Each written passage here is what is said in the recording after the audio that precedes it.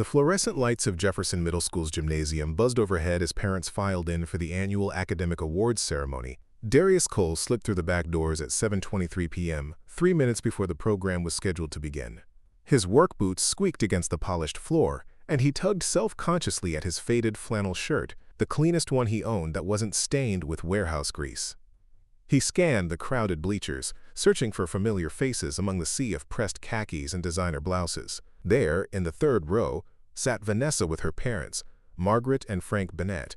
Even from across the gymnasium, Darius could see Margaret's perfectly styled silver hair and Frank's expensive watch catching the harsh lighting. Vanessa wore a navy dress that probably cost more than Darius made in a week at the warehouse. Next to them sat 16-year-old Lena, his daughter, her dark hair pulled back in a neat ponytail. Before we jump back in, tell us where you're tuning in from, and if this story touches you, make sure you're subscribed. Because tomorrow, I've saved something extra special for you. She was beautiful, intelligent, everything he could have hoped for in a child. But when she noticed him approaching, her shoulders tensed, and she looked away quickly, focusing intently on the program in her lap. "Dad!" 12-year-old Jaden's voice cut through the gymnasium chatter as he spotted Darius climbing the bleachers. The boy's face lit up with genuine joy and he waved enthusiastically, causing several nearby parents to turn and stare. "You made it! I saved you a seat!" Darius smiled, his first real smile in days, and made his way toward the empty spot Jaden had defended with his backpack. As he squeezed past other parents, he caught fragments of whispered conversations. Late again, what a surprise. If he cared about his kids, he'd at least dress appropriately. Vanessa's so much better off without him. Margaret Bennett didn't bother lowering her voice. Well, look who decided to show up. Her tone carried the sharp edge of judgment that Darius had grown accustomed to over the years since his divorce. She leaned toward Lena, speaking just loud enough for him to hear. "Your father's timing is as reliable as his paycheck, dear. At least you have stability with us." Lena's cheeks flushed red, but she said nothing. Her eyes remained fixed on her program, though Darius could see her hands trembling slightly. She was embarrassed. Of him, by him, because of him. The realization hit him like a punch to the gut. "Don't listen to her, Dad," Jaden whispered as Darius settled beside him. "You work harder than anybody. That's why you're late sometimes." Frank Bennett adjusted his wire-rimmed glasses and spoke with the authority of a man accustomed to being heard. "Working hard and working smart are two different things, son. Your father never quite grasped that concept." He glanced at his expensive watch. "Some of us understand the importance of priorities." The ceremony began with Principal Martinez welcoming families and introducing the student speaker. Darius tried to focus on the presentations, clapping enthusiastically, when Lena received recognition for maintaining a 4.0 GPA throughout high school. She was brilliant, destined for great things, and he felt a surge of pride watching her walk across the stage. But even in his moment of parental joy, he couldn't ignore the murmurs around him. Other parents discussed their children's college plans, summer internships, and family vacations to Europe. They spoke casually about SAT prep courses that cost more than Darius's monthly rent, about college visits funded without a second thought. "Lena's so fortunate," he heard one parent say to Margaret. "With your support, she'll have every opportunity. Not every child is so lucky." Margaret's response was pointed. "We believe in investing in our grandchildren's futures. Unlike some people, we understand that love requires sacrifice and planning, not just good intentions." Vanessa remained silent throughout these exchanges, but Darius noticed her fidgeting with her wedding ring, a nervous habit from their marriage that apparently hadn't changed. Sometimes he caught her looking at him with an expression he couldn't quite read. Regret? Pity? He wasn't sure which would be worse. When the ceremony ended, families clustered together taking photos and making dinner plans. Jaden stayed close to Darius's side, chattering excitedly about the awards and asking if they could stop for ice cream on the way home. "Can Lena come with us?" Jaden asked hopefully. Lena finally looked directly at her father for the first time that evening. "I can't. We have dinner reservations at Romano's." She paused, then added quietly, "But thanks, Dad, for coming." Her words carried a mixture of gratitude and apology that broke his heart. She was thanking him for the bare minimum, for showing up to watch her succeed. What did that say about her expectations of him? As families began to leave, Darius walked toward the exit alone. Jaden had gone with Vanessa and her parents, and Lena disappeared into a group of friends discussing their summer plans. Through the gymnasium windows, he could see the warm glow of house lights in the suburban neighborhood surrounding the school. Behind those windows, families were probably sitting down to dinner, discussing their days, planning their futures without the constant weight of financial worry. Darius pulled his jacket tighter against the evening chill and walked toward his rusted pickup truck. Tomorrow he had a double shift at the warehouse. Tonight, he had bills to review and a decision to make about whether he could afford to fix the truck's transmission or if he'd need to take the bus for another month.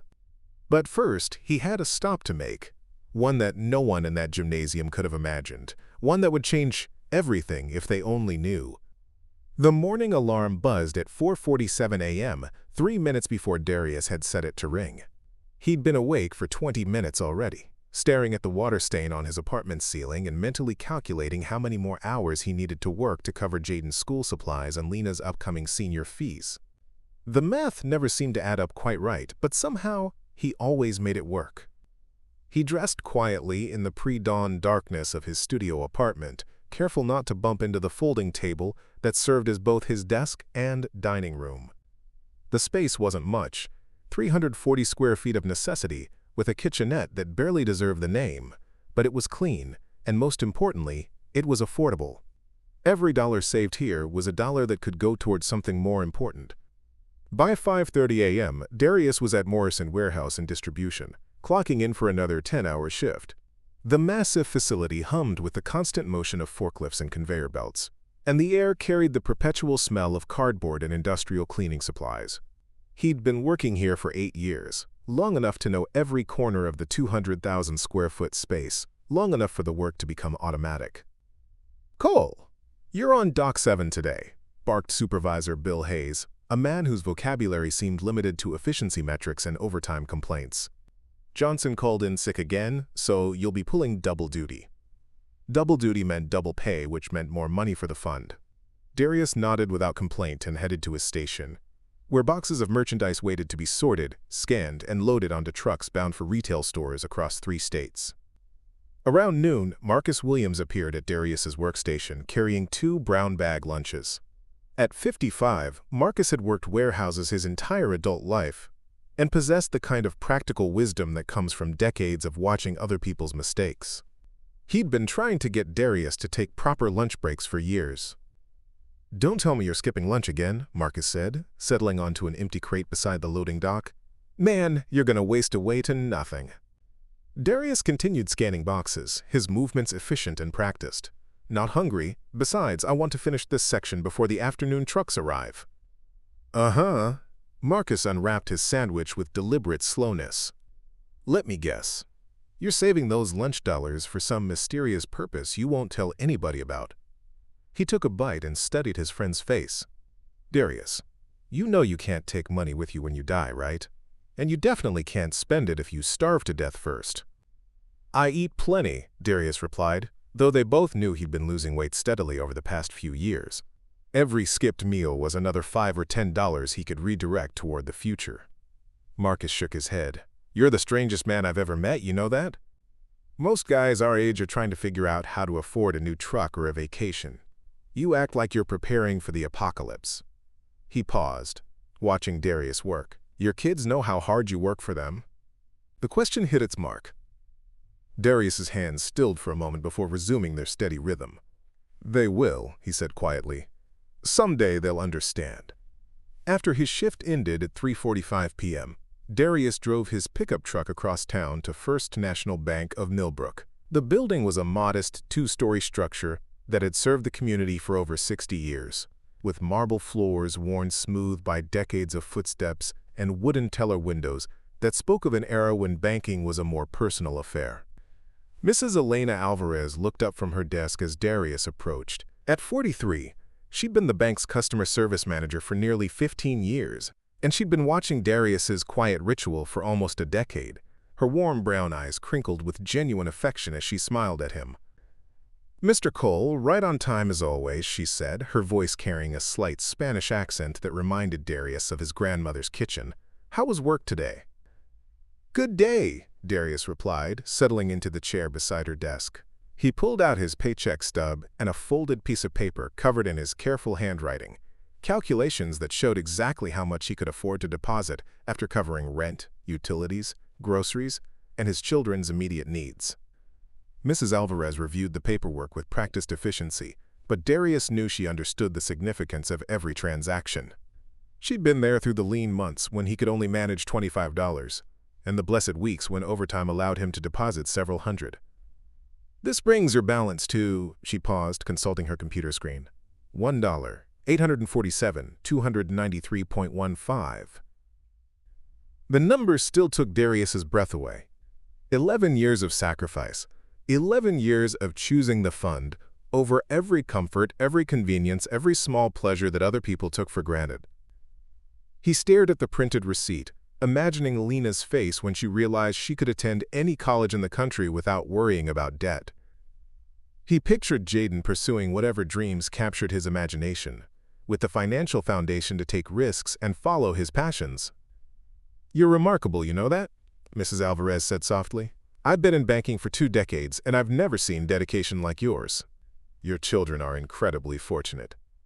Darius folded the receipt carefully and tucked it into his wallet. "They don't feel fortunate, they think I'm—" He struggled for the words. "They think I don't care about them the way other fathers do." "They're young," Mrs. Alvarez replied with the wisdom of a mother who'd raised 3 children of her own. "Young people often mistake sacrifice for neglect. But someday, when they have children of their own, they'll understand what love really looks like." As Darius drove home through the darkening streets of Millbrook, he passed the neighborhoods where his ex-wife now lived with her parents. Warm light glowed from windows of houses with manicured lawns and 2-car garages. He could imagine the families inside, gathered around dinner tables, discussing their days, making plans for the weekend. For just a moment, he allowed himself to imagine what it would feel like to live without the constant weight of the secret he carried. What would it be like to buy his children gifts without calculating the cost in terms of future opportunities? What would it feel like to see pride instead of embarrassment in Lena's eyes when she introduced him to her friends? But then he remembered the number on the receipt in his wallet, $1,847,293.15. In just a few more months, it would be enough. $2 million. A fortune that would change everything for Lena and Jaden, even if they couldn't see it yet. He pulled into his apartment parking lot with renewed determination. Tomorrow would bring another shift at the warehouse, another small deposit toward his children's future, another day closer to the moment when his sacrifice would finally be revealed. The secret was almost too heavy to carry alone, but he'd managed it this long. He could manage it a little longer. The Bennett family's dining room was a study in suburban success. The mahogany table could seat 8, comfortably, surrounded by upholstered chairs that cost more than Darius's monthly rent. Crystal stemware caught the light from the brass chandelier overhead, and the walls displayed Margaret's collection of landscape paintings. Originals, she often reminded visitors, not prints. Lena sat across from her younger brother Jaden, both of them dwarfed by the formal dining set that Margaret had inherited from her grandmother. The dinner was pot roast with Yorkshire pudding, prepared by a woman who considered cooking an art form and made sure everyone knew it. "Eat your vegetables, Jaden," Vanessa said, though her tone lacked its usual authority. At 34, she still sometimes felt like a child herself in her parents' house, falling back into patterns of deference that marriage and motherhood hadn't quite erased. Margaret Bennett set down her wine glass with the precise movement of someone accustomed to having others notice her gestures. "Speaking of eating properly," she began, her voice carrying that particular tone that meant someone was about to be criticized. "I noticed your father didn't join us for dinner again this week, children." Frank looked up from his plate, adjusting his glasses in a way that signaled he was preparing to deliver one of his pronouncements. "Your mother invited him. We always do. But Darius seems to think he's too good for family meals these days." "He's working, Grandpa," Jaden said quickly, his fork pausing halfway to his mouth. "He told me he picked up extra shifts this week because Mrs. Rodriguez at school said I might need a tutor for math, and tutors cost money." The adults exchanged glances across the table, the kind of silent communication that children notice but don't fully understand. Lena kept her eyes on her plate, but Darius could see her jaw clench slightly. She'd inherited his stubborn streak, though she'd probably hate to know it. "Sweetheart," Vanessa said carefully. Your father makes his own choices about how he spends his time.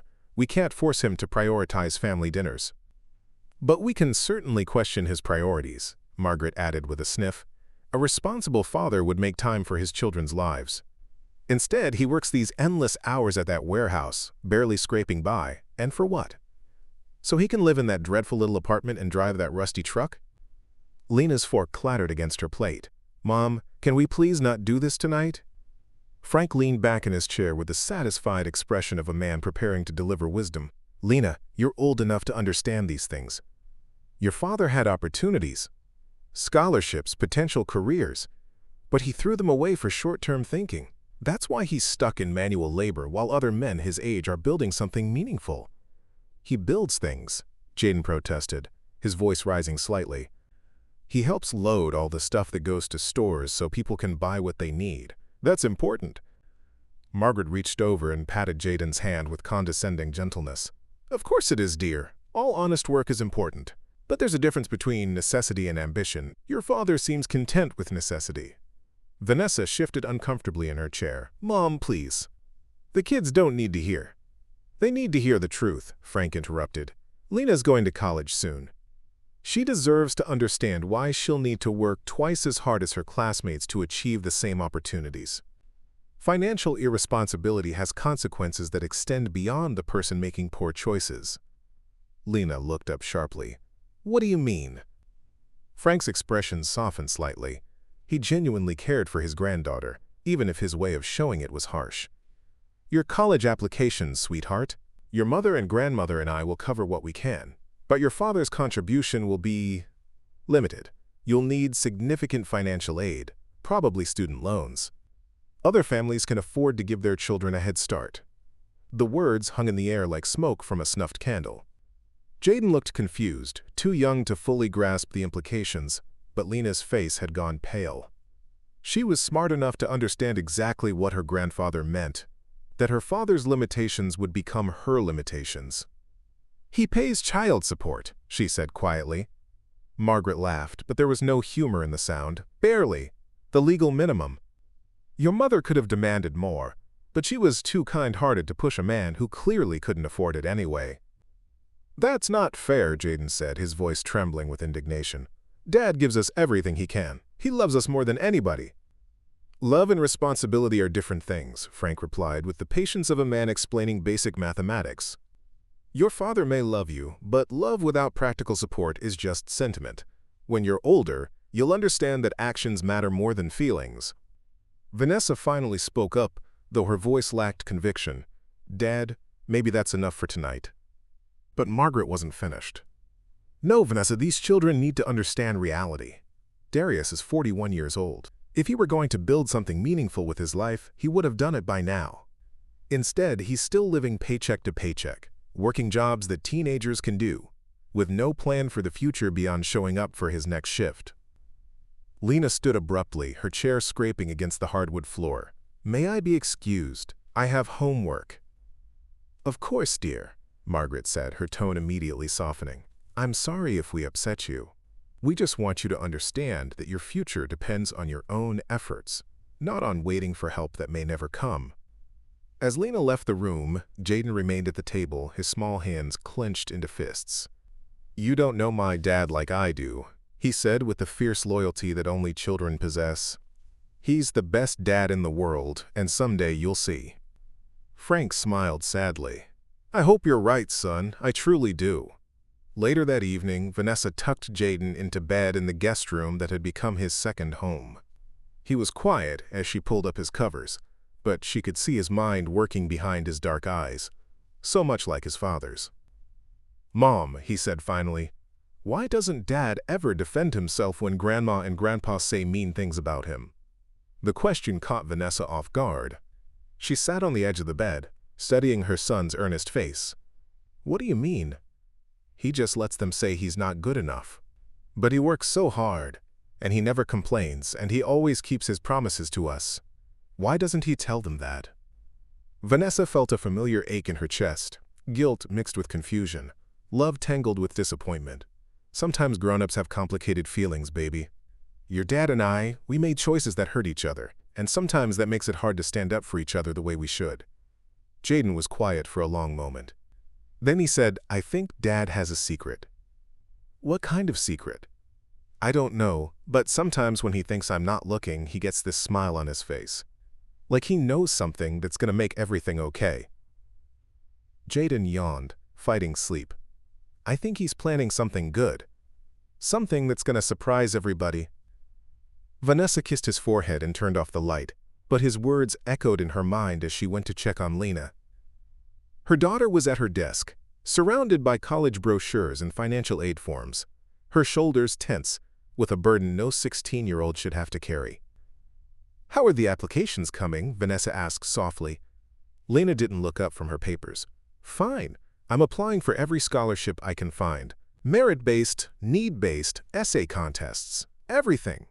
She paused, then added quietly, I wish things were different." Vanessa wanted to comfort her daughter, to promise that everything would work out, but the numbers on the financial aid forms told their own story. Darius's income would limit Lena's eligibility for need-based aid, but it wasn't high enough to actually pay for college. She was caught in the middle, too poor for comfort, too rich for maximum assistance. "Your father loves you very much," Vanessa said finally. He shows it differently than other people." Lena finally looked up, her eyes bright with unshed tears. "Does he?" "Sometimes I think he loves the idea of being our dad more than he actually cares about being good at it." The words were cruel, but Vanessa recognized her own frustrations echoed in her daughter's voice. How many times had she wondered the same thing during their marriage?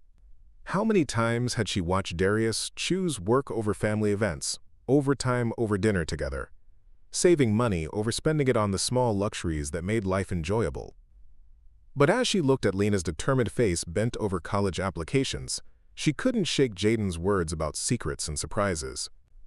There had always been something about Darius that she couldn't quite figure out, a quiet confidence that seemed at odds with his circumstances, a patience that suggested he was waiting for something. What if Jaden was right? What if there was more to Darius's story than any of them knew? The knock on Darius's apartment door came at 7:15 on a Thursday evening, sharp and insistent. He'd just finished heating a can of soup for dinner. His third meal of the day consisting entirely of sodium and preservatives, but at $1.29, it left more money for the things that mattered.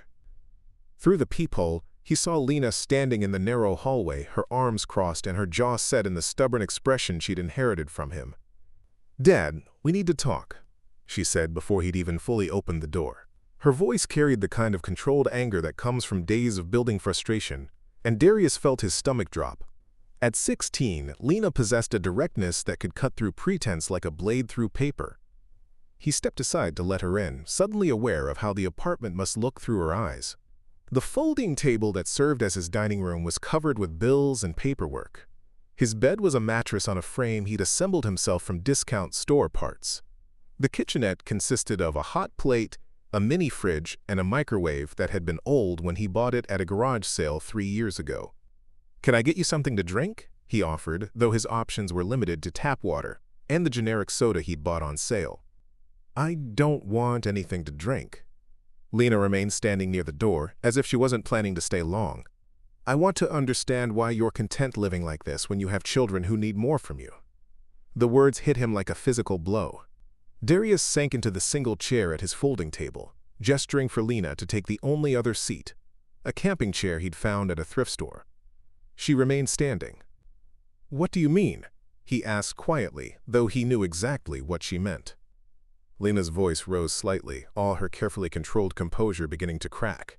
"I mean this, Dad. This apartment that's smaller than Mom's closet. That truck outside that sounds like it's dying every time you start it. The fact that you work 60 hours a week and still can't afford to take us to dinner at a real restaurant."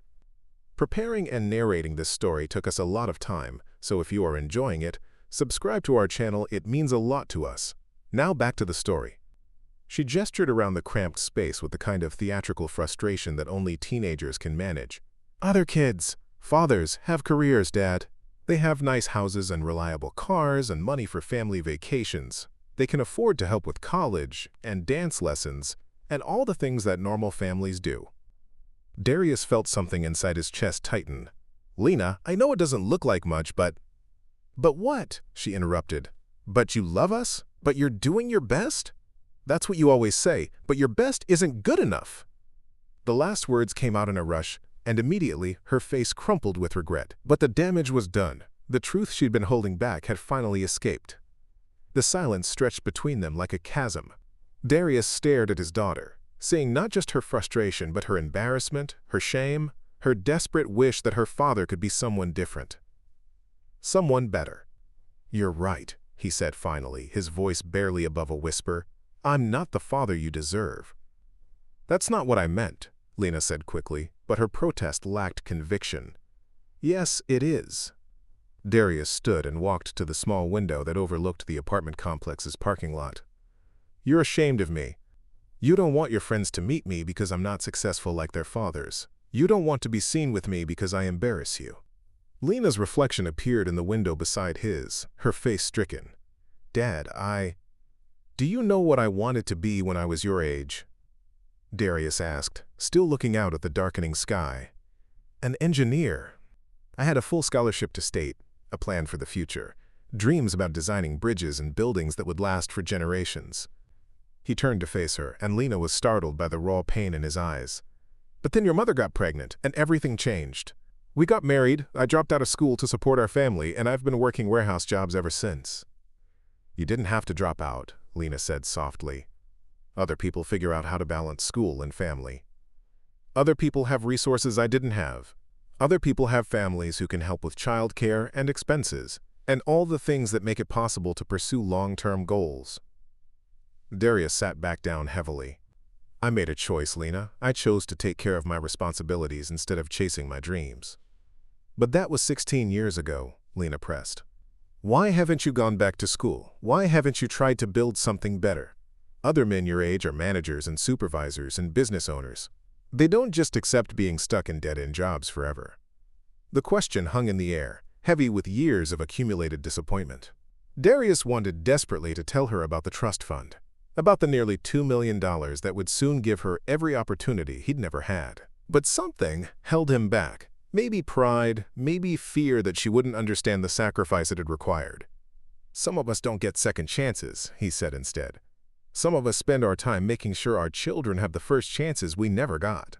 Lena's eyes filled with tears of frustration. "But I need you to be more than just someone who works hard, Dad. I need you to be someone I can be proud of. Someone who shows me that it's possible to overcome obstacles and build something meaningful." "What if working hard is meaningful?" Darius asked. "What if providing for your children, making sure they have food and shelter and opportunities, what if that's the most meaningful thing a person can do?" "But it's not just about providing the basics," Lena said, her voice breaking. "It's about showing us what's possible. It's about proving that dreams don't have to die just because life gets difficult. When my friends ask what my father does, I have to tell them, you move boxes in a warehouse. Do you know how that feels?" The honesty of her words cut deeper than any accusation. Darius saw himself through her eyes, a middle-aged man in work clothes, driving a failing truck, living in a studio apartment, with nothing to show for 2 decades of labor, except the ability to pay his bills. "I'm sorry," he said, and meant it. "I'm sorry that I'm not the father you wanted. I'm sorry that I can't give you the kind of life your friends have. I'm sorry that you have to explain me to people." Lena wiped her eyes with the back of her hand. "I don't want you to be sorry, Dad. I want you to do something. I want you to try to be better, to want more for yourself. Because if you don't believe you deserve better, how can I believe I do?" The question hit him like a revelation. In all his planning and saving and sacrificing, he'd never considered that his children might interpret his contentment with less as evidence that they should expect less for themselves. He'd thought he was showing them the value of hard work and responsibility, but maybe all he'd shown them was resignation. "Lena," he began, then stopped. How could he explain that every day he chose less for himself was a day he chose more for her future? How could he make her understand that his apparent lack of ambition was actually the most ambitious thing he'd ever done? "I have to go," she said, heading toward the door. "Mom's expecting me home for dinner." She paused at the threshold, looking back at him with an expression that mixed love and disappointment in equal measure. "I know you love us, Dad, but sometimes love isn't enough. Sometimes we need more than good intentions."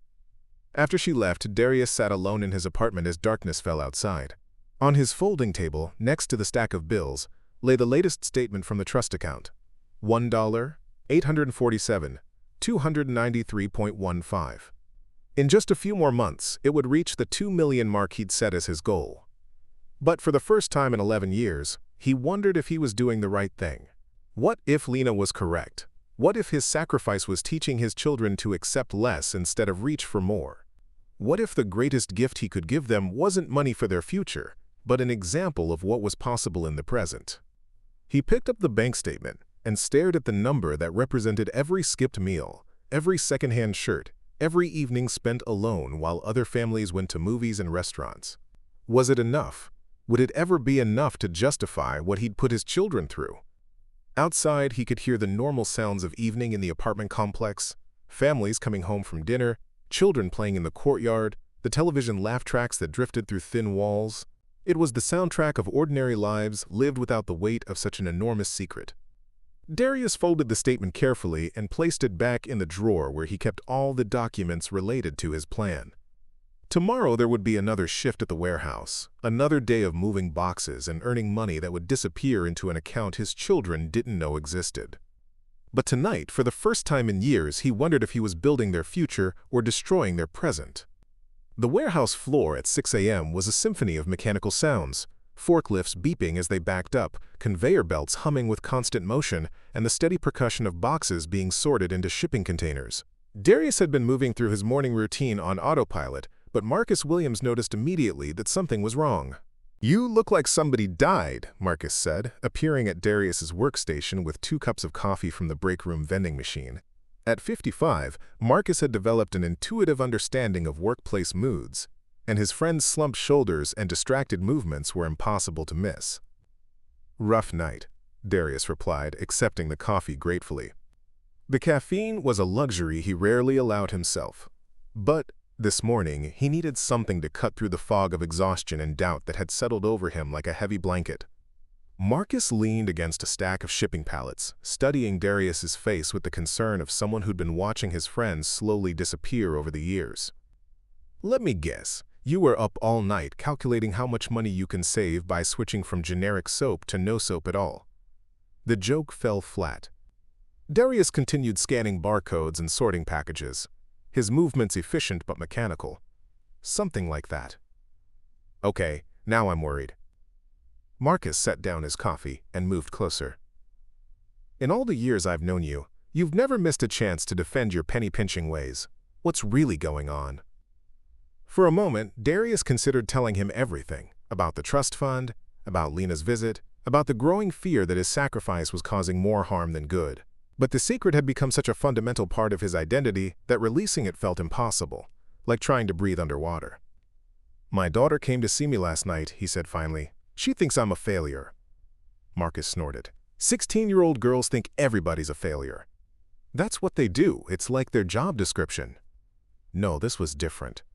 Darius stopped working and looked directly at his friend. "She's ashamed of me, Marcus. Ashamed of how I live, what I do, who I am. She wants me to be more ambitious, to want better things for myself. And I can't explain to her why I don't." The words came out heavy with years of accumulated frustration. "I can't tell her that every choice I make is about her future, because if I did, it would ruin everything I've worked for." Marcus was quiet for a long moment, processing this rare glimpse into his friend's inner world. "You know what your problem is, Darius. You're a martyr. And martyrs always think their suffering is noble, but they never consider how it affects the people they're supposedly helping." The observation stung because it felt uncomfortably close to the truth. "I'm not trying to be a martyr. I'm trying to be a good father." "By living like a monk and making your kids feel guilty about it?" Marcus shook his head.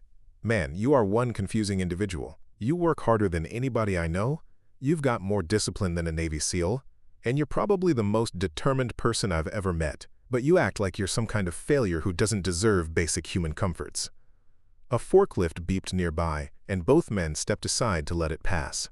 The brief interruption gave Darius time to consider Marcus's words, but they only added to his confusion. "What if everything I've been doing is wrong?" Darius asked quietly. "What if I've been so focused on preparing for their future that I've forgotten they need a father in the present?" Marcus leaned back against the pallets, his expression serious. "Can I tell you something? My dad worked 3 jobs when I was growing up. Never saw him except when he was exhausted or stressed about money. I spent my whole childhood wishing he would just sit down and watch TV with me, or throw a baseball, or ask about my day." He paused, watching Darius absorb this information. "But you know what I realized when I got older? Every hour he worked was an hour he wasn't spending with us because he loved us. Every sacrifice he made was proof that we mattered more to him than his own comfort.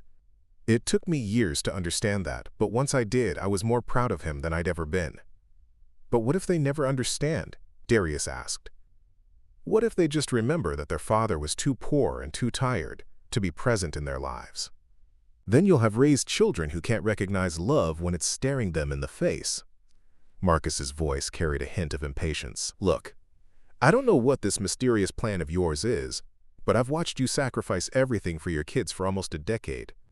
Either you're completely insane, or you're building something that's going to change their lives forever." The truth hovered on Darius's lips like a bird ready to take flight. He wanted desperately to share the weight of his secret, to have someone else understand the magnitude of what he'd accomplished. But old habits held him back. "What if it's not enough?" he asked instead. "What if everything I've given up, all the years of living like this, what if it doesn't make up for not being the father they needed in the moment?" Marcus studied his friend's face with growing understanding. "You're not just saving money, are you? This thing you're doing, it's bigger than just putting aside a few dollars for college." Darius felt his carefully constructed walls beginning to crumble. "I can't tell you the details, but yes, it's bigger than a few dollars." "How much bigger?" The question hung in the air between them. Darius looked around the warehouse, at the endless rows of merchandise, at the other workers going through their morning routines, at the industrial clock that counted down the hours until his next deposit at the bank. "Big enough to change everything," he said finally. "Big enough to give them opportunities I never dreamed of having." Marcus let out a low whistle. "Man, you really are crazy. But the good kind of crazy. The kind that changes the world." They worked in companionable silence for a while, the familiar rhythm of sorting and scanning providing a backdrop for Darius's churning thoughts. Around them, the warehouse hummed with activity as the morning shift hit its stride. "Can I ask you something?" Marcus said eventually. "This plan of yours, when does it end? When do you get to stop living like you're in prison and start enjoying your life?" "Soon," Darius replied. "A few more months, maybe less." "And then what? You reveal your master plan and suddenly become Father of the Year?" The question was meant to be light-hearted, but it touched on Darius's deepest fear. "I don't know. I've been so focused on building their future that I haven't thought much about what comes after." "Well, maybe it's time to start thinking about it." Marcus finished his coffee and crushed the cup in his hand. "Because if you've really been planning something as big as you're hinting at, then you're going to need to figure out how to be the kind of father who deserves credit for it." As the morning wore on, Darius found himself thinking about Marcus's words. For 11 years, he'd defined himself by his ability to sacrifice, to endure, to quietly build something magnificent while appearing to accomplish nothing. But what if the sacrifice had become so much a part of his identity that he'd forgotten how to be anything else? At lunch, he sat alone in his truck in the parking lot, eating a peanut butter sandwich and staring at his phone. He could call Lena, try to explain without revealing too much, attempt to bridge the gap that seemed to grow wider every day. But what would he say? How could he ask her to trust in a future he couldn't describe, while living a present that looked like failure? The bank statement in his wallet seemed to grow heavier throughout the day. $1,847,293.15. A number that should have filled him with pride but instead felt like a burden he could no longer carry alone. When his shift ended, Darius drove toward the bank for his regular appointment with Mrs. Alvarez. But for the first time in years, he wasn't sure he wanted to make another deposit. Maybe it was time to stop building for tomorrow and start living for today. Or maybe, he thought as he pulled into the bank's parking lot, it was time to trust someone else with the secret that had defined his life for more than a decade. The decision would have to wait until tomorrow. Tonight, he just needed to get through another day of being the man his children thought they knew. The Millbrook High School auditorium buzzed with the excited energy of families gathering for the annual Academic Excellence Award ceremony. Parents filled the burgundy velvet seats, their cameras ready to capture their children's moments of recognition. The stage was decorated with banners celebrating achievement, and the overhead lights cast a warm glow over the assembled crowd. Darius entered through the back doors at exactly 7 p.m., having calculated the timing to minimize his interaction with other families. He wore his best shirt, a button-down he'd found at Goodwill that was only slightly faded, and khakis he'd pressed carefully that morning. By his standards, he was dressed formally, but in a room full of business suits and designer dresses, he felt conspicuously underdressed. He spotted Vanessa and her parents in the fourth row, their reserved seats marked with small cards bearing the Bennett family name. Margaret wore a navy blue dress with a pearl necklace that caught the auditorium lights, while Frank had chosen a charcoal suit that probably cost more than Darius made in a month. They looked like the successful grandparents they were, comfortable, confident, belonging. Lena sat between them, radiant in an emerald green dress that complemented her dark hair perfectly.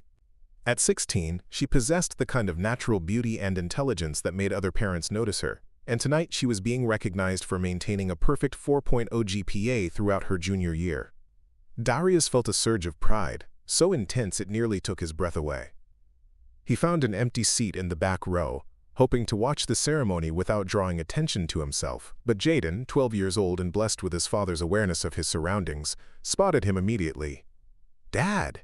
Jaden called out, waving enthusiastically from his seat with the family. His voice carried across the auditorium, causing several dozen heads to turn in Darius's direction. "You made it! Come sit with us!" The invitation was innocent and heartfelt, but it created exactly the kind of attention Darius had hoped to avoid. He could see Margaret's lips purse with disapproval, could feel the curious gazes of other parents assessing his appearance and finding it wanting. With no graceful way to decline without embarrassing his son, Darius made his way down the aisle to the Bennett family's row. "Excuse me," he murmured as he squeezed past other families, his work boots silent on the carpeted floor. "Sorry, excuse me." Frank Bennett looked up as Darius approached their row, his expression carefully neutral but his eyes betraying his disapproval. "Darius, how thoughtful of you to join us." "Wouldn't miss it," Darius replied quietly, settling into the empty seat next to Jaden. He could smell Margaret's expensive perfume and feel the weight of her judgment like a physical presence. The ceremony began with Principal Richardson welcoming the families and introducing the evening's program. As students were called to the stage for various awards, the auditorium filled with applause and the soft clicks of camera shutters.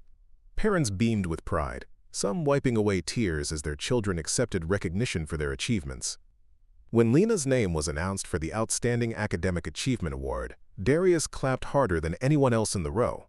She walked across the stage with the confidence of someone accustomed to success, and when she accepted her certificate, she looked directly at their section of the audience. Her eyes found Darius first, and for just a moment her formal smile became genuine. "That's my daughter," Darius whispered to himself, his voice thick with emotion. Margaret leaned over to speak to the woman sitting beside her, but her voice carried clearly to Darius's ears. "Lena is such a remarkable young woman. Despite the challenges at home, she's managed to excel academically. Of course, she's had tremendous support from our family." The words were carefully chosen to sound supportive, while making it clear that Lena's success had nothing to do with her father. Other parents in the nearby rows nodded approvingly, and Darius felt the familiar sting of being dismissed. Frank consulted his expensive watch and spoke to Margaret in a voice he didn't bother to lower. "We should plan to take Lena out for a celebration dinner after this. Somewhere nice. Chez Laurent, perhaps. She deserves to be treated properly for her achievements." "Absolutely," Margaret agreed. "Success should be rewarded appropriately. It's important for young people to understand that excellence has its privileges."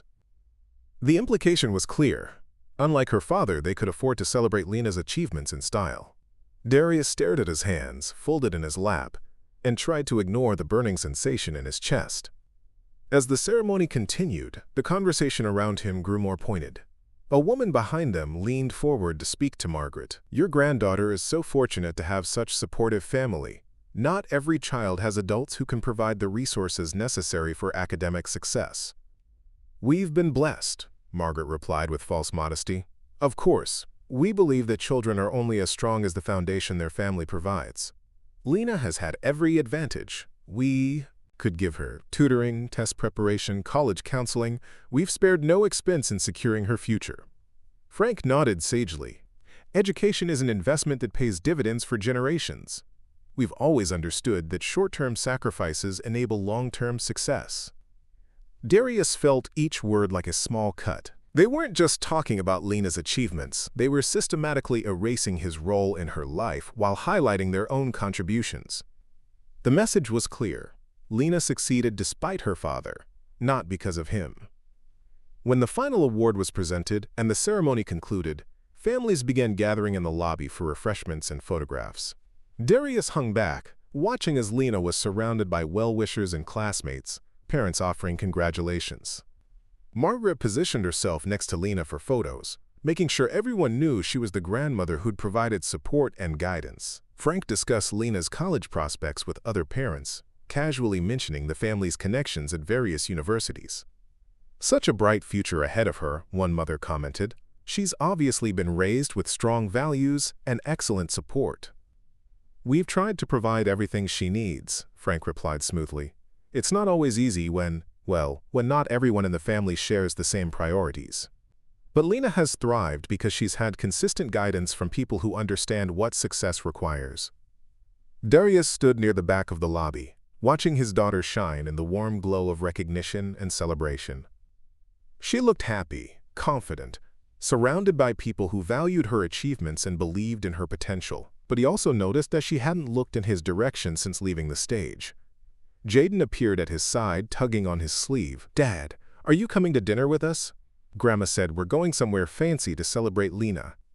Before Darius could answer, Margaret materialized beside them, with the smooth efficiency of someone accustomed to managing social situations. "Oh, Jaden, I'm afraid the restaurant only had a table for 4. Perhaps your father has other plans tonight?" The dismissal was delivered with a smile, but it was unmistakably clear. There was no place for Darius at their celebration, no seat at their table, no role in recognizing his daughter's achievements beyond that of an observer. "That's okay," Darius said quietly, ruffling Jaden's hair. "You go have a nice dinner. Tell Lena congratulations again from me." Frank approached with the satisfied expression of a man who'd successfully orchestrated an evening. "We'll make sure the children get home safely, Darius. No need for you to worry about the logistics." As the Bennett family and their guests moved toward the exit, Darius stood alone in the emptying lobby. Through the glass doors, he could see other families loading into their cars, Mercedes sedans and luxury SUVs that gleamed under the parking lot lights. Laughter and animated conversation drifted through the evening air as parents and children continued their celebrations at restaurants and ice cream shops around town. Darius walked to his rusted pickup truck, its faded paint and worn interior a stark contrast to the vehicles around it. As he started the engine, which took 3 tries and produced a concerning grinding sound, he could see the Bennett family climbing into Frank's pristine BMW.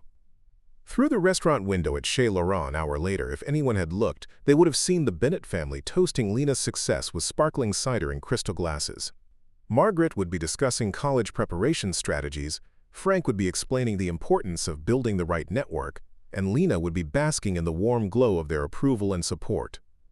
But no one would see Darius sitting alone in his truck outside, finishing a cold sandwich and staring at the bank statement in his wallet. $1,847,293.15. Soon to be enough to send Lena to any college in the country, to give her opportunities that would make tonight's celebration look modest by comparison. The irony wasn't lost on him. While the Bennetts celebrated with a $100 dinner, he sat with nearly $2 million he couldn't spend, couldn't mention, couldn't use to claim his rightful place at the table where his daughter's future was being planned. But tomorrow would bring another shift at the warehouse, another deposit toward the goal he'd set 11 years ago. And someday, soon, the truth would finally be revealed. He just hoped that when that day came, it would be enough to undo the damage of all the nights like this one. The glass doors of First National Bank of Millbrook rattled with unusual force as Vanessa Cole pushed through them at 2:47 p.m. on a Tuesday afternoon. Her heels clicked sharply against the marble floor, each step punctuating the anger that had been building since her phone call with Lena's guidance counselor an hour earlier. Mrs. Alvarez looked up from her desk with surprise. In all the years she'd known the Cole family, she'd never seen Vanessa inside the bank. "Mrs. Cole," Mrs. Alvarez said, rising from her chair with professional courtesy. "How can I help you today?" "I need to speak with someone about my ex-husband's account," Vanessa said, her voice tight with controlled fury.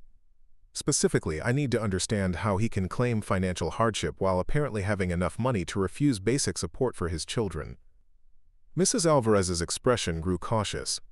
"I'm not sure I understand. Is there a specific concern about Mr. Cole's banking relationship?"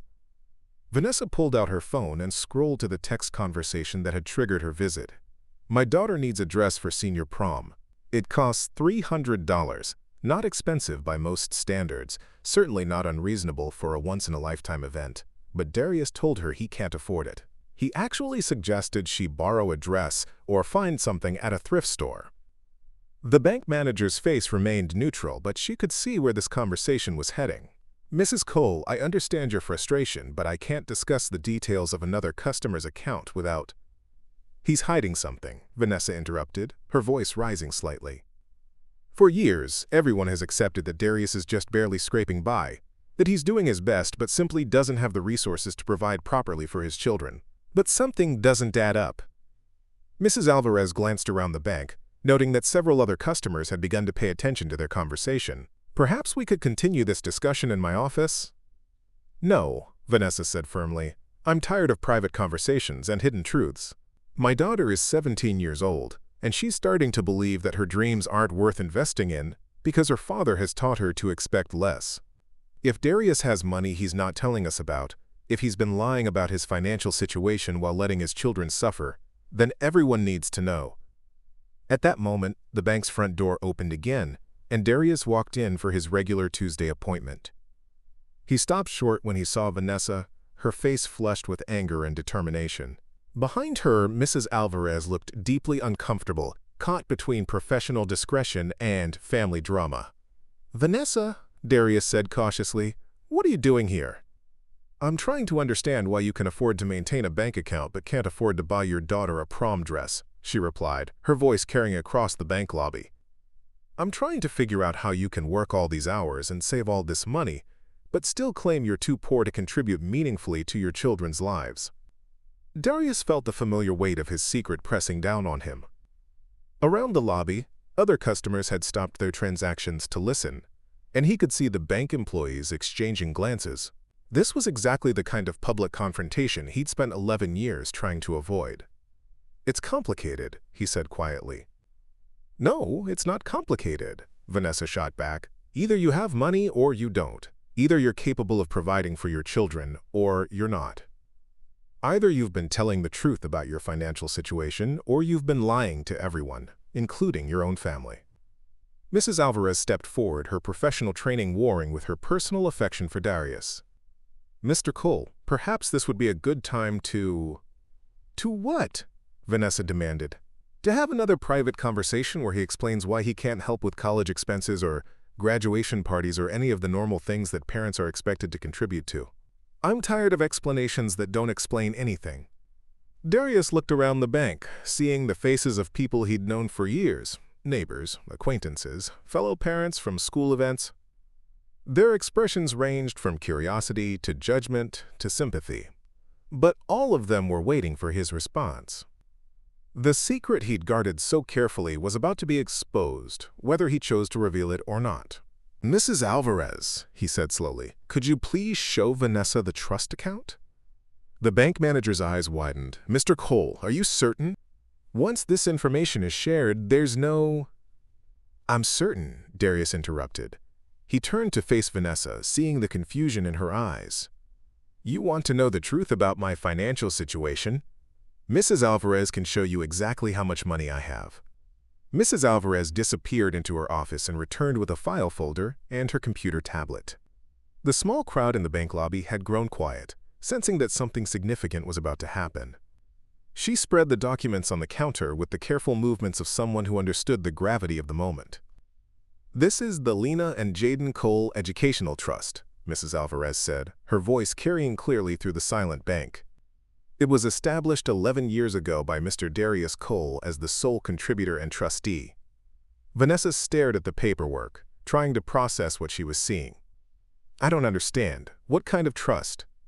Mrs. Alvarez consulted her tablet.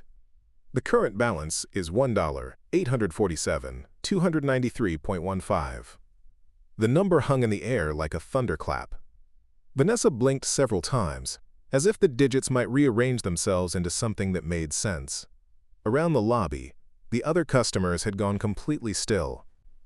That's impossible," Vanessa whispered. "He works at a warehouse. He lives in a studio apartment. He drives a truck that's falling apart." "For 11 years," Mrs. Alvarez continued gently, "Mr. Cole has deposited a portion of every paycheck into this account. Sometimes $50, sometimes several hundred, depending on his overtime hours and other circumstances. He's never missed a scheduled deposit." Darius watched as understanding slowly dawned on Vanessa's face. "You saved almost $2 million, she said, her voice barely audible, "while living like you were broke, while letting everyone think you were a deadbeat father who couldn't provide for his children." "I was providing for them," Darius said quietly. "I was just doing it differently than everyone expected." Margaret and Frank Bennett chose that moment to enter the bank, having arrived to meet Vanessa for what they'd planned as a strategy session about Darius's financial irresponsibility. They stopped short when they saw the crowd gathered around Mrs. Alvarez's desk. "What's going on here?" Frank demanded, his voice carrying the authority of someone accustomed to being briefed on family situations. Mrs. Alvarez looked to Darius, who nodded his permission. "Mr. and Mrs. Bennett, your former son-in-law has just authorized me to share information about the educational trust he's established for your grandchildren. The current balance is approaching $2 million. Margaret's face went through a series of expressions: confusion, disbelief, and finally, something that might have been shame. Frank removed his glasses and cleaned them carefully, a nervous habit that emerged when his worldview was challenged. $2 million, Margaret repeated slowly. "You've saved $2 million. For Lena and Jaden's education and future opportunities," Darius confirmed. "Every dollar I could spare for the past 11 years. Every overtime shift, every skipped meal, every sacrifice that everyone thought was evidence of my failure." The bank had filled with a tension that seemed to make the air itself heavy. Vanessa stared at the trust documents as if they might disappear if she looked away. Her parents stood frozen, their usual confidence replaced by the uncomfortable realization that they'd been catastrophically wrong about the man they'd spent years dismissing. "Why didn't you tell us?" Vanessa asked, her voice breaking. "Why did you let us think you were irresponsible? Why did you let your own children believe you didn't care enough to provide for them?" Darius was quiet for a long moment, choosing his words carefully. "Because if I'd told you what I was doing, you would have tried to stop me. You would have said I was being unrealistic, that I should spend the money on immediate needs instead of future dreams. And because—" He paused, looking directly at Margaret and Frank. "Because I wanted it to be perfect. I wanted to give them something that would change their lives completely, not just help a little bit." Frank Bennett, who had built his reputation on understanding financial planning and investment strategies, stared at the documents with something approaching awe. "You saved almost $2 million on a warehouse worker's salary," he said slowly. That's extraordinary." "That's love," Mrs. Alvarez said quietly. "That's what 11 years of choosing your children's future over your own comfort looks like." As the truth settled over the gathered crowd, Darius felt a weight lifting from his shoulders that he'd carried for so long, he'd forgotten what it felt like to stand without it. The secret was finally out, the sacrifice finally visible, the love finally recognized. But as he looked at Vanessa's tear-filled eyes and her parents' stunned faces, he realized that the revelation was only the beginning. Now they all had to figure out how to move forward with this new understanding of who he really was. The silence that followed Mrs. Alvarez's revelation stretched for what felt like hours but was probably only seconds. In that suspended moment, everyone in the bank lobby seemed to be recalculating everything they thought they knew about Darius Cole. The man they dismissed as a failure had just been revealed as someone who'd accomplished something extraordinary through sheer force of will and love. Margaret Bennett was the first to break the silence, her voice smaller than anyone had ever heard it. "I don't understand," she said, staring at the trust documents as if they were written in a foreign language. "You've been living like a pauper for 11 years while sitting on a fortune?" "Not sitting on it," Darius corrected gently, "building it. Every day, every shift, every choice, to go without something so my children could have everything. Frank adjusted his glasses again, his financial advisor's mind trying to process the mathematics of what Darius had accomplished. The discipline required for this kind of saving, the sacrifice. I've worked with wealthy clients my entire career, and I've never seen anything like this. Vanessa seemed unable to look away from the account balance displayed on Mrs. Alvarez's tablet. $1,847,293.15, she whispered, as if saying the number aloud might make it real. All those times I criticized you for not contributing more to their expenses, for not being able to afford the things other parents could provide. You are looking at the present, Darius said. I was building their future. The words hung between them, heavy with years of misunderstanding and judgment. Around the bank lobby, other customers had resumed their transactions, but several lingered, pretending to fill out deposit slips while listening to a conversation that would be discussed at dinner tables across Millbrook for weeks to come. Margaret sank into one of the customer service chairs, her usual composure completely shattered. "We've been so wrong about you," she said, her voice thick with emotion. "All those things we said, all those times we made you feel small and inadequate, you were making sacrifices we couldn't even imagine. Where are the children now?" Mrs. Alvarez asked gently, sensing that this family needed time to process what had just been revealed. "Lena's at school," Vanessa replied automatically. "Jaden's at soccer practice. They don't know about—" She gestured helplessly at the documents. "They don't know about any of this." Darius felt a surge of panic. How do I tell them? How do I explain that everything they believed about their father was wrong? How do I make Lena understand that every time she was embarrassed by my clothes or my truck or my apartment, I was actually building her dreams? Frank had been studying the trust documents with the intensity of someone trying to solve a complex puzzle. The projected growth of this account, given current interest rates and the children's ages, by the time they're ready for college, this could be worth well over $2 million. Enough for graduate school, enough for them to pursue any career without worrying about debt, enough to give them the kind of freedom that money can buy. "That was always the plan," Darius said. "I wanted them to have choices I never had.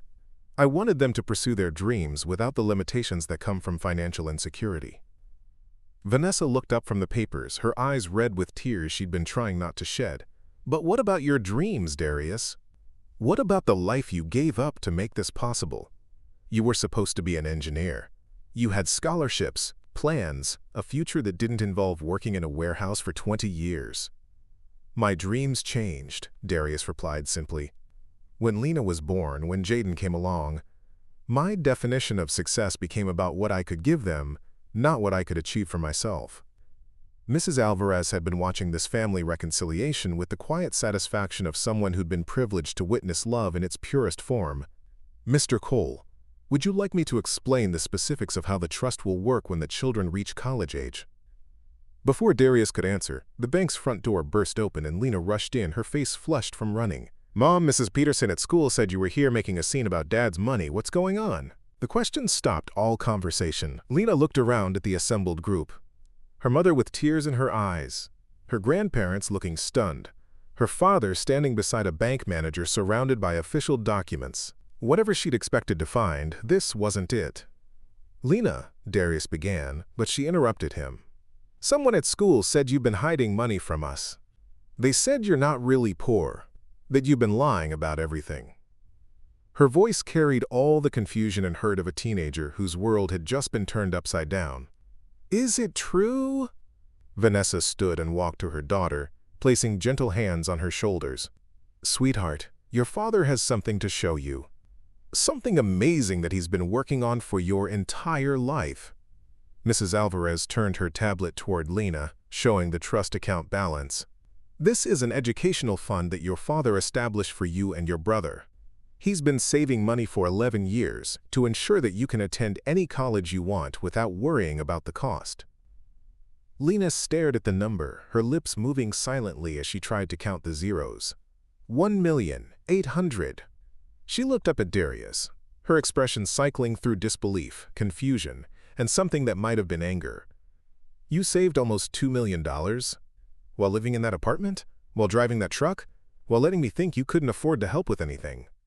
"I was helping," Darius said quietly. I was helping in the biggest way I knew how. But I needed help now, Lena said, her voice rising. I needed a father who could pay for things without making me feel guilty about asking. I needed someone I could be proud of in front of my friends, someone who looked successful and confident and capable. The words hit Darius like physical blows, but Margaret surprised everyone by standing up and walking to her granddaughter. Lena, honey, your father's the most successful man I've ever met. He set a goal that would have been impossible for most people, and he achieved it through pure determination and love. That takes more strength and capability than buying expensive clothes or driving a nice car. Frank nodded slowly, still processing the magnitude of what Darius had accomplished. Your father has done something extraordinary, Lena. He's given you a gift that most parents could never provide, even if they wanted to. But why didn't he tell us? Lena asked, tears now flowing freely down her cheeks. Why did he let us think he was failing when he was actually succeeding beyond anything we could have imagined? Darius stepped closer to his daughter, wanting desperately to comfort her but uncertain if his touch would be welcome. Because I wanted it to be perfect. I wanted to give you something that would change your life completely. And I was afraid that if I told you about it too early, something might go wrong. I was afraid you might start counting on money that wasn't quite there yet. And because, Vanessa added softly, he wanted to make sure we couldn't talk him out of it. If we'd known what he was doing, we would have told him it was too extreme, too difficult, too much sacrifice for uncertain future benefits. Lena looked around at the adults surrounding her, all of them watching her with expressions of concern and hope. So when people made fun of Dad, when they called him a deadbeat, when I was embarrassed to introduce him to my friends, he was actually building this whole time? Every single day, Mrs. Alvarez confirmed, your father has been here twice a week for 11 years, depositing money and checking on the account's growth. He's never missed a payment, never withdrawn a single dollar for himself. The revelation seemed to hit Lena in waves. The prom dress, she said suddenly. When I asked him for $300 for a prom dress, and he said he couldn't afford it. He could have written a check for 300 dresses, Frank said quietly, but taking money out of the trust would have meant less for your future. He chose your college education over your prom dress. Lena covered her face with her hands, her shoulders shaking with sobs that seemed to come from somewhere deep inside her chest. I'm so sorry, Dad. I'm so sorry I didn't believe in you. I'm so sorry I was ashamed of you when I should have been proud. Darius finally closed the distance between them, wrapping his daughter in his arms for the first time in months. You have nothing to be sorry for, he whispered. You're 17 years old, and you needed a father who could provide for your immediate needs. I chose to provide for your future instead, and that choice had consequences I didn't fully understand. As father and daughter held each other in the middle of the bank lobby, the weight of 11 years of misunderstanding began to lift. Margaret and Frank stood nearby, their faces reflecting the shame of people who'd spent years judging someone they'd never really understood. What happens now? Vanessa asked, her voice barely audible. Mrs. Alvarez smiled, the kind of smile that comes from witnessing love triumph over adversity. Now Mr. Cole's children get to pursue their dreams without limitations, and now this family gets to understand what they really mean to each other. Outside the bank windows, the afternoon sun cast long shadows across Millbrook's Main Street. Inside, a family was slowly beginning to heal from years of secrets and misunderstandings, learning to see each other clearly for the first time in more than a decade. 3 weeks after the revelation at the bank, Darius knocked on the door of his ex-wife's house at exactly 10 a.m. on a Saturday morning. He'd called ahead, something that would have been unthinkable just a month earlier, and Vanessa had agreed to let him take both children for the day. It was a small gesture, but it represented a seismic shift in their family dynamics. Lena answered the door wearing jeans and a sweater that Darius recognized as new. The guilt purchases had started immediately after the bank revelation. Vanessa and her parents had embarked on a shopping spree designed to assuage years of accumulated shame about their treatment of him. But Darius had asked them to stop, explaining that he didn't want his children to associate the truth about the trust fund with a sudden influx of material goods. "Hi, Dad," Lena said, her voice carrying a warmth that had been absent for years. The awkwardness was still there. 17 years of complicated family dynamics couldn't be erased overnight, but underneath it was something that might eventually grow into genuine connection. "Ready for our adventure?" Darius asked, though he'd been deliberately vague about their plans for the day. After 11 years of careful financial planning, spontaneity felt both terrifying and liberating. Jaden appeared beside his sister, practically bouncing with excitement. "Are we really going to do something fun that costs money?" he asked with the directness that only 12-year-olds could manage. "Like actual money that you spend on purpose?" Darius laughed, a sound his children hadn't heard nearly enough of over the years. "Yes, buddy, we're going to spend some actual money on purpose."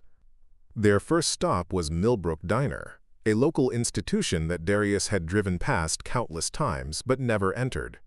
The prices had always seemed reasonable to other families, but for someone calculating every dollar, even a $15 breakfast had been an unaffordable luxury.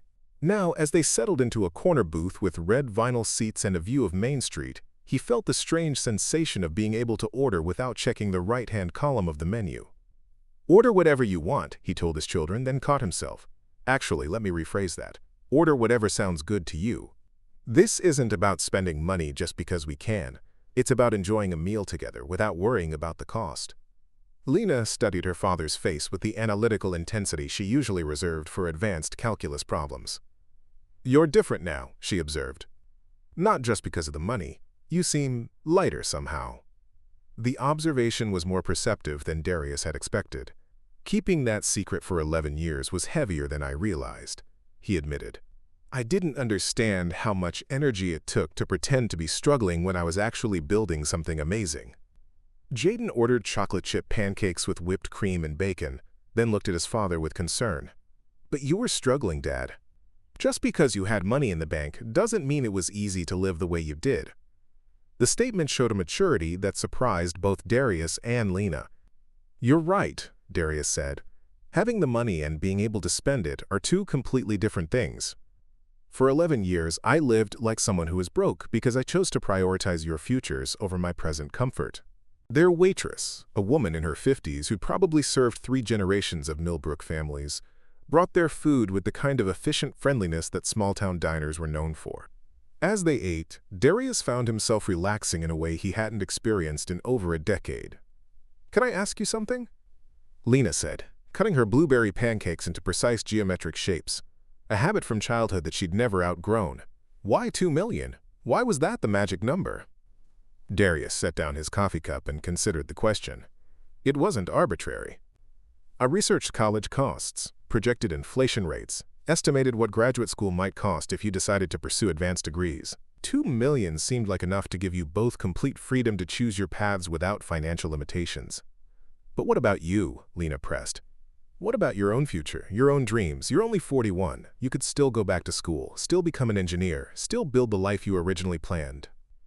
The question had been lurking in the back of Darius's mind since the revelation, but hearing it spoken aloud made it real in a way that was both exciting and terrifying. "I don't know," he admitted. "For so long my identity has been wrapped up in sacrifice and planning for your futures. I'm not sure who I am when that mission is complete." Jaden looked up from his pancakes, his face serious.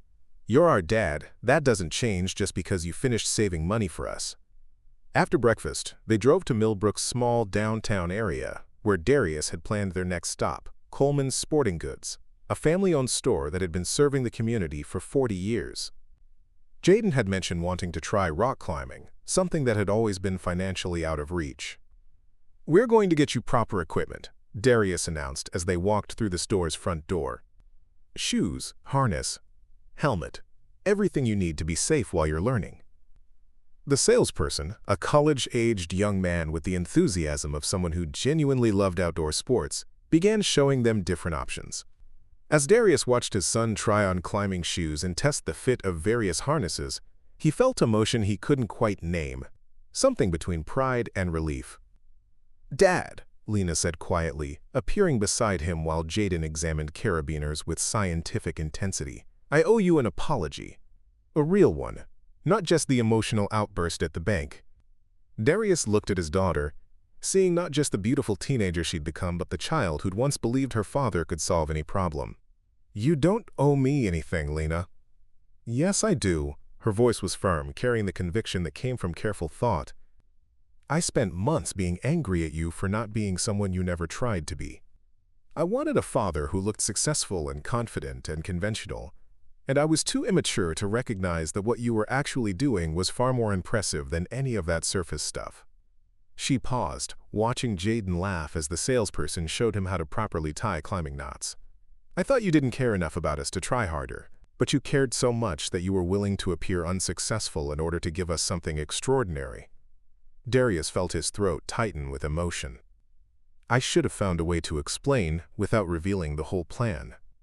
I should have helped you understand that my choices weren't about not caring. They were about caring so much that I was willing to sacrifice everything visible for something invisible." "No," Lena said firmly. "You did exactly what you thought was best for us. The fact that it was difficult for me to understand doesn't make it wrong."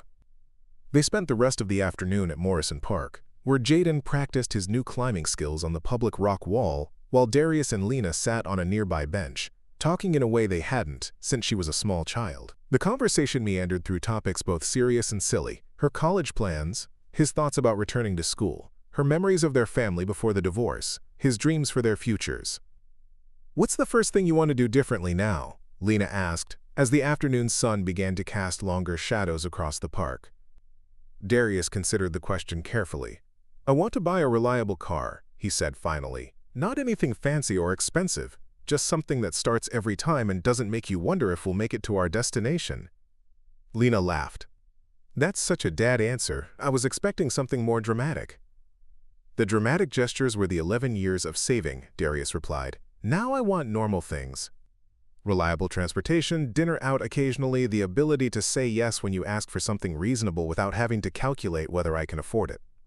As they drove home in Darius's still unreliable truck, Jaden chattering excitedly about his climbing experience from the back seat, Darius felt something he hadn't experienced in over a decade: the possibility of balance. For 11 years, every decision had been filtered through the lens of the trust fund. Now, for the first time since his children were born, he could imagine making choices based on what felt right in the moment rather than what served the long-term plan. "Dad," Lena said as they pulled into Vanessa's driveway, "thank you for today, and thank you for everything you've done that I didn't understand. I know it'll take time for our relationship to feel normal again, but I want you to know that I'm proud to be your daughter." The words were simple, but they carried the weight of years of misunderstanding and the promise of a different kind of future. As Darius watched his children walk toward their mother's house, he realized that the trust fund had never really been about money. It had been about love, expressed in the only way he'd known how to express it. Now finally, they all understood what love had looked like all along. 3 years later, the graduation ceremony at Northwestern University Law School buzzed with the excited energy of families celebrating the culmination of years of hard work and dedication. In the third row of the auditorium, Darius Cole sat between his ex-wife Vanessa and her parents Margaret and Frank Bennett, watching as their daughter prepared to receive her Juris Doctor degree. The irony of their seating arrangement wasn't lost on any of them. 3 years ago, they could barely be in the same room together. Darius wore a navy blue suit that actually fit him properly, purchased 6 months earlier when Lena had insisted that her father needed real lawyer meeting clothes for when she brought him to visit her law firm interviews. His hair was still graying at the temples, but the deep lines of worry that had marked his face for over a decade had softened considerably. "There she is," Jaden whispered excitedly, pointing toward the stage where Lena was walking with her graduating class. At 15, he'd grown nearly 6 inches in the past year, and was developing the kind of quiet confidence that came from knowing his future was secure. The climbing hobby that had started 3 years ago had evolved into a passion for outdoor education, and he'd already been accepted to a prestigious summer program in Colorado, one that his father could now afford without a second thought. Lena moved across the stage with the poise of someone who'd always belonged in academic settings, but Darius could see the small smile she wore when she spotted their section of the audience. The young woman receiving her law degree bore little resemblance to the angry, confused teenager who'd confronted him in his studio apartment years earlier. She'd grown into her intelligence and ambition, but more importantly, she'd learned to balance achievement with humility. "Magna cum laude," Frank murmured with obvious pride as Lena's honors were announced. Top 10% of her class at one of the best law schools in the country. Margaret dabbed at her eyes with a tissue, her earlier tendency toward sharp judgment replaced by genuine emotion. "She's worked so hard for this moment." Vanessa reached over and squeezed Darius's hand, a gesture that would have been unthinkable during their marriage, but had become natural as they'd learned to co-parent with mutual respect. "She gets her work ethic from you," she said quietly. After the ceremony, families gathered on the lawn outside the law school for photographs and celebrations. Lena found them quickly, her graduation cap slightly askew and her face glowing with the kind of joy that comes from achieving a long-held dream. "We did it, Dad," she said, wrapping Darius in a hug that lasted longer than usual. "We actually did it." The pronoun choice wasn't accidental. Over the past 3 years, as the reality of the trust fund had settled into their family dynamic, Lena had come to understand that her education had been a collaborative effort spanning nearly 2 decades. Her father's sacrifice, her own hard work, and even her grandparents' later support had all contributed to this moment. "You did it," Darius corrected gently. "I just made sure you had the opportunity." A photographer hired by the law school approached their group, and for the first time in years, Darius didn't instinctively step back when cameras appeared. The family photo they took that day would later sit on Lena's desk in her first law office, a reminder of the journey that had brought them all to this moment. "So what's next?" Jaden asked as they walked toward the restaurant where they'd planned their celebration dinner. "I mean, Lena's officially a lawyer now. The trust fund did exactly what it was supposed to do, and Dad's almost finished with his engineering degree." The mention of Darius's return to school still felt surreal to all of them. 2 years earlier, at age 43, he'd enrolled in a program designed for working adults who wanted to complete their degrees. The warehouse supervisor position he'd been promoted to allowed for more flexible scheduling, and the reduced financial pressure meant he could finally pursue the dreams he'd deferred for so long. "Next, I take the bar exam," Lena replied. "Then I start work at Harrison & Associates in September. Then I spend the next few decades trying to live up to the investment Dad made in my future." "That's not how investments work," Darius said with the easy humor that had emerged as the family pressure had lessened. "The return on this particular investment is watching you pursue work that matters to you without worrying about student loans or financial limitations. Everything beyond that is bonus." They entered Romano's, the same upscale restaurant where the Bennett family had celebrated Lena's high school achievements years earlier. But this time, Darius was seated at the head of the table, not watching through the window from his truck outside. As they waited for their meals, Frank raised his wine glass in a toast. "To Lena, whose intelligence and determination have brought her to this remarkable achievement. And to Darius, whose foresight and sacrifice made it all possible." The toast was gracious, but Darius shook his head slightly. "The toast should be to second chances," he said. "All of us have learned things about each other over the past few years that changed how we see family, success, and what really matters." Margaret nodded slowly. She'd spent considerable time in therapy working through her guilt about the years of judgment and criticism, and had emerged as one of Darius's strongest supporters. "I've learned that there are many different ways to show love, and some of the most powerful ones are invisible until you know how to look for them." Vanessa smiled at her parents, then at Darius. "I've learned that the man I divorced for not being ambitious enough was actually the most ambitious person I'd ever met. He just had different goals than I understood at the time." As dinner progressed, the conversation naturally turned to the future. Lena would be moving to Chicago to start her career. Jaden was planning his summer outdoor education program and looking ahead to his own college years, which, thanks to his father's planning, would be entirely debt-free. And Darius was contemplating what his life would look like when both children were launched into their adult lives. "You know what I realized?" Lena said as they shared dessert. "The trust fund was never really about money. It was about giving us the freedom to fail." The others looked at her curiously, and she continued.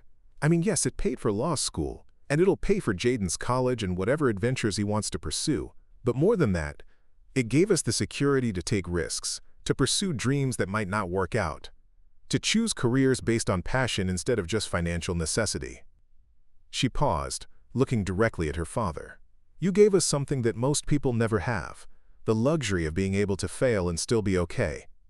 That's not just financial security, that's emotional security, that's love in its most practical form." Darius felt his eyes well up with tears he didn't try to hide. "That's exactly what I wanted to give you. The knowledge that you could reach for anything, even if it seemed impossible, because there would always be a safety net." As they left the restaurant and walked through Northwestern's campus in the evening light, Darius reflected on the journey that had brought them to this moment.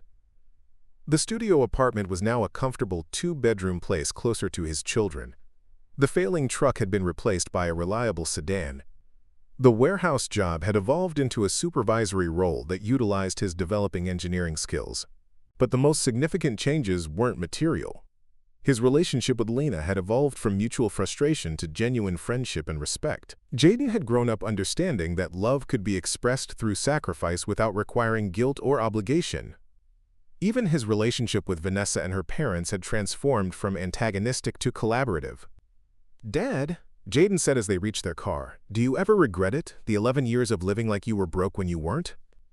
Darius considered the question seriously. "I regret the pain it caused all of you when you didn't understand what I was doing. But the saving itself? The choice to prioritize your futures over my immediate comfort? No, I don't regret that at all." He looked around at his family, his brilliant daughter who would soon be advocating for justice in courtrooms, his adventurous son who was developing his own definition of success, his ex-wife who'd learned to see past appearances to recognize true dedication, and even his former in-laws who discovered that their judgments had been built on incomplete information. "The measure of a life isn't what you accumulate for yourself," Darius said as they drove through the Chicago streets toward their hotel. "It's what you make possible for the people you love. And watching you both discover that the world is full of opportunities you can actually pursue, that's worth more than any comfort I could have bought for myself." 3 weeks later, Lena passed the bar exam on her first attempt. The celebration was smaller this time. Just family dinner at Darius's apartment, with takeout from the Chinese restaurant down the street. But as they sat around his kitchen table, sharing stories and planning Jaden's upcoming summer adventure, Darius felt the deep satisfaction of a mission completed successfully. The trust fund still existed, now designated for Jaden's future and any grandchildren who might eventually appear. But its significance had evolved beyond financial security. It had become the foundation for a family that understood the difference between surface success and meaningful achievement, between immediate gratification and lasting investment.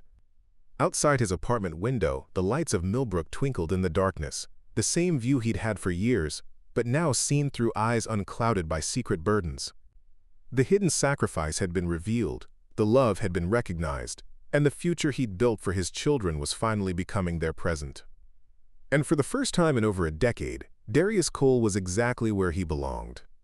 Up next, you've got 2 more standout stories right on your screen. If this one hit the mark, you won't want to pass these up. Just click and check them out. And don't forget to subscribe and turn on the notification bell so you don't miss any upload from us.